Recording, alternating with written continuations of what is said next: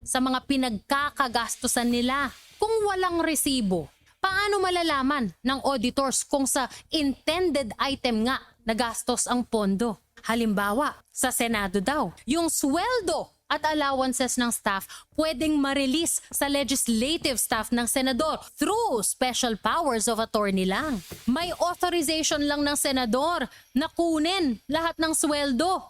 Hindi tuloy malaman ng mga auditor kung totoo bang staff ang mga nasusweldohan o ghost employees lang. There was a senator, I won't mention his name, but in the past, was caught having ghost employees. Oh, yun na nga. Kasi personal salaries maraming avenues for corruption yung 2.2 million na yan. Okay. As you said, Karen, all you have to do is put names there and then pretend that you have paid their salaries, but it all goes to you. Or you can put also additional expenses from MOOE, but it all goes to you. No, you can just use any manner Yeah. of words there. Si Trillanes nga 'di ba? Pati houseboy, pati mga family driver niya naka-item sa Senado as consultant. Tapos 16 members ng MAGDALO group na nakasama niya sa mutiny, naka-item din as consultants. Pati campaign donors niya. Sa akin, talagang kailangan ko sila. Talagang sila yung tumutulong sa akin para magawa ko yung mission ko. Isipin mo, Senador, 63 ang consultants, lahat daw yun confidential agents niya na tumutulong sa office niya for intelligence gathering, field research, tsaka staff work. 400,000 pesos lang ang suggested na gastos ng COA para sa consultants ng Senador si Trillanes. Pero siya, 1.6 million pesos ang budget monthly. Gumastos ng 18 million pesos in 2014 alone. May nagawa ba ang COA? Wala. Kasi naka-classify as confidential in nature ang trabaho nila. So papaano madedetermine ng COA kung totoo yun?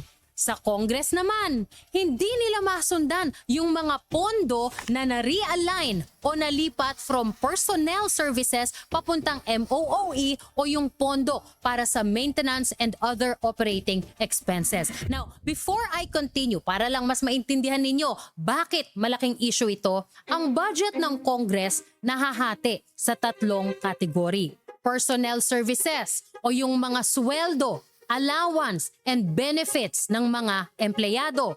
Capital outlay covers naman yung acquisition, construction, improvement o rehabilitation ng mga fixed assets ng Congress. Ito yung mga mapapakinabangan for many years. So pasok dyan yung infrastructure, machinery, equipment, pati yung mga binibiling sasakyan for official use. And then we have the MOOE or the maintenance and operating expenses. MOOE, alam mo yan, ilagay na natin sa layman's language, our office expenses. Yeah. Bawat buwan, ang bawat senador binibigyan ng 2.2 million. I am required to spend 1/2 of that on personal services, meaning to say, pangsweldo ko sa staff ko. Pagkatapos, ang kalahati niyan dapat gastusin mo sa rental mo sa opisina. Binapayagan kang mag-upa. Okay. Some of us rent, but some of us don't. Pasok naman dito yung daily operational cost ng mga opisina ng congressman. So pasok din dyan ang rent ng office, sweldo ng mga staff na hindi naka-item sa Congress, utilities, pamasahe, papunta at pabalik sa probinsya o sa bundok. Hindi natin alam, repairs, office supplies, etc., etc. We will go through these items mamaya. Now, balik tayo sa issue ng paglipat ng pondo mula sa personnel services papunta sa MOOE. Ang House Speaker, katulad ng Presidente, ng Senate President, Chief Justice at mga head ng constitutional commissions can augment o pwede nilang dagdagan ang budget ng kahit anong item sa respective offices nila from savings mula sa ibang item na nasa budget nila. Sa Kongreso, ang MOOE ay dapat ginagamit para sa paggawa ng batas, research, committee work, drafting, official consultations tied to actual legislation, basic office needs. Simple lang ang prinsipyo. Kung hindi tumutulong sa paggawa ng batas, hindi siya qualified na MOOE. Hindi ito opinion ko ha. Ito ang intent ng budget law. That is an audit standard. So, kung may savings sa personnel services at capital outlay, pwede nilang ilipat sa MOOE. But ang personnel services at capital outlay, mahirap dapat na mag-generate ng savings dyan kasi madali matansya ang budget sa mga yan. Magkakaroon ka lang halimbawa ng savings sa personnel services mo kung may mga posisyon ka na hindi na-fill o hindi ka nag-hire ng tao. Sa capital outlay naman, magkakaroon ka lang ng savings kung may natipid ka sa pinurchase mo o sa kontrata sa infrastructure mo, which is close to impossible. Diba? Halimbawa, na-cancel altogether ang purchase o construction, then you have savings. If neither happened, then the movement is no longer augmentation.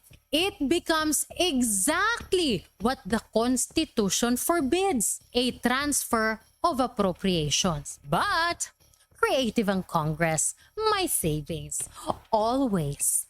And annual COA reports show this. In 2022, nag-realign ng halos 2.4 billion pesos ang Congress papunta sa MOOE. 1.17 billion dito galing sa personnel services at 1.22 billion naman from capital outlay. The same happened in 2023. May savings na 1.87 billion pesos from personnel services at 1 billion naman sa capital outlay. Kaya naglipat ng 2.87 billion pesos sa MOOE. In 2024, 2.55 billion pesos ang na-realign na budget sa MOOE. Now to be fair, matagal nang nangyayari to. In 2019, 2.1 billion pesos ang ni-realign sa MOOE. And in 2016, 1.6 billion. Ang tanong ko, at ito din, ang tanong ng mga auditors, are these really savings? O sinasadyang mag-over budget sa ibang items para magkaroon ng savings na pwedeng ilipat sa MOOE? Kasi consistently from 2021, hindi bumababa sa 1 billion pesos ang nalilipat from capital outlay. And it has consistently been over 1 billion pesos ang nalilipat from personnel services to MOOE even from the time of Pinoy. But ang special sa panahon ni Martin as Speaker and Dieda as Chairman of Accounts, lumobo uncontrollably ang budget for MOOE. Now, why is that a problem? Yes, the Constitution allows the Speaker of the House fiscal autonomy and authority to realign savings. But kaakibat ng authority na ito ay ang obligasyon na ipakita paano exactly nagamit ang budget. Under government accounting and auditing rules, Under the Constitution and the General Appropriations Act, the heads of the three branches of government have the fiscal autonomy to augment and realign funds any way they see fit. So we do concede that, all of these agencies, including ourselves, have fiscal autonomy, but that doesn't mean that we do away with transparency and accountability. By practice in the Senate, the Senate President has actually has delegated the authority to each member of Senate to make that realignment. So the discretion is not really addressed to the Senate President the way things are moving out now, but to each and every senator. generally, ang disbursements ay dapat supported ng resibo, ng payroll, billing statements, proof of delivery or service rendered, inspection and acceptance reports. Hiningi yan consistently ng COA sa Congress. But Congress saw this as an intrusion o panghihimasok ng COA sa legislative independence daw nila. Sabi ng Congress, ang trabaho or functions nila ay iba sa implementing agencies and that karamihan ng mga activities nila could not be reduced to the type of transaction-based documentation na hinihingi ng COA. Well, we do know that the MOOE has been controversial because it does not require some kind of very specific line item expenditure purpose. In the same way, medyo vague po yung dito, yung paggastos dito. It's only requiring liquidation via certification. Is it this also prone to abuse? yung mga bonuses po? Well, theoretically, yes. So it behooves on individual members of Congress, the lawmakers themselves, on how to judiciously spend and properly spend the MOOE because it's only subjected to certain certifications and not really itemized auditing. Yes, perhaps it's time to make to revisit that policy. Halimbawa daw, magpa-feeding program sila sa 500 na katao. Alangan naman daw, napapirmahin nila isa-isa yung lahat ng yun. 'Di ba? Isa yan sa mga senaryo na sinasabi nila. Basta, mahihirapan daw silang mag-comply. Ito ang reason kung bakit nagkaroon ng clash before between then COA Chairperson Grace Pulido-Tan at Congress at Senate. Is there any indication na yung budget ng House of Representatives and the Senate are already arranged so that there is going to be savings? That's mine of yours. The power of the purse is in Congress. I cannot delve into their. And you do not want to tell me whether you think Congress abused that power? No. Why not? Because, Ma'am, I do not have enough basis at this point.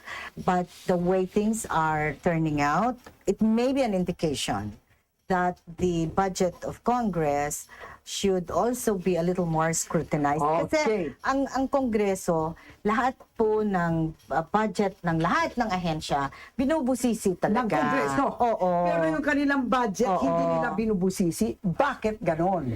Gusto ni Madam, may strict na accountability sa budget. Gusto niya ihinto yung system kung saan certification lang ang pinapresent sa pag-liquidate ng MOOE. Isipin niyo yun, pipirma lang ang congressman o senador to certify na nagamit ang pera sa legislative work nila at hindi nila binulsa, and that was supposed to be enough. Basta dun ko ginamit, promise. Yung totoo, kayo ba maniniwala dyan? Imbis na pakinggan si Madam Grace at gawing transparent ang paggastos sa budget, the Senate moved to formalize the existing practice. On July 25, 2011, both chambers approved concurrent resolution number 10, which explicitly recognized what it called the delicate and unique nature of the Senate, the House of Representatives, the Commission on Appointments, and the Electoral Tribunals. Sabi nila, COA naman had consistently allowed Congress to use liquidation by certification, and so they declared that this system was consistent with applicable accounting and auditing rules.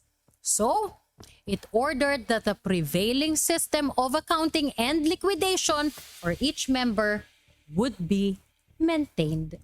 Inadopt ng Senate ang measure na yan on August 24, 2011.